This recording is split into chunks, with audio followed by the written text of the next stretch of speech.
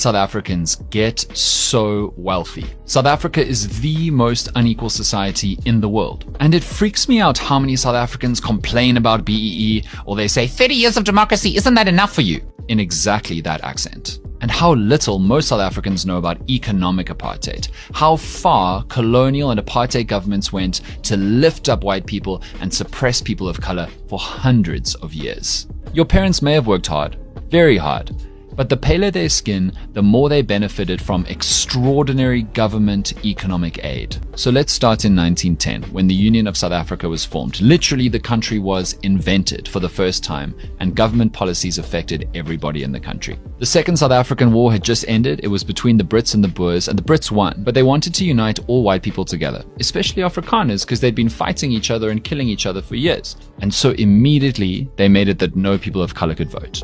Instantly, unite the white people, only they can vote, only they can control the making of the new country. Then in 1913, the Land Act made it illegal, impossible for black people to own land outside of reserves. That meant 93% of all land in South Africa was only available to white people. Then, in the early 1920s, poor white Afrikaners protested that most of big industry was dominated by British companies, and those companies were hiring skilled black workers over them.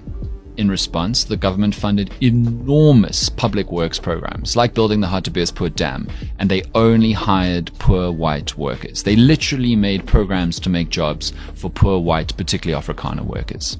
Also in 1925, the Wage Act made a minimum wage for white workers but not black workers, and the government offered incentives to companies applying for tenders. The more white workers you employ, the more likely you are to win work. Let's jump to 1948, when the National Party returns to power and formalizes apartheid for the very first time. And the first thing they do is direct massive funding to social programs and welfare grants for poor white people, and slashed funding for people of color across the board. In the 1950s and 60s, the apartheid government fixed black people's pensions, which meant that as inflation increased, the value of those pensions got less. At the same time, white people's pensions increased dramatically.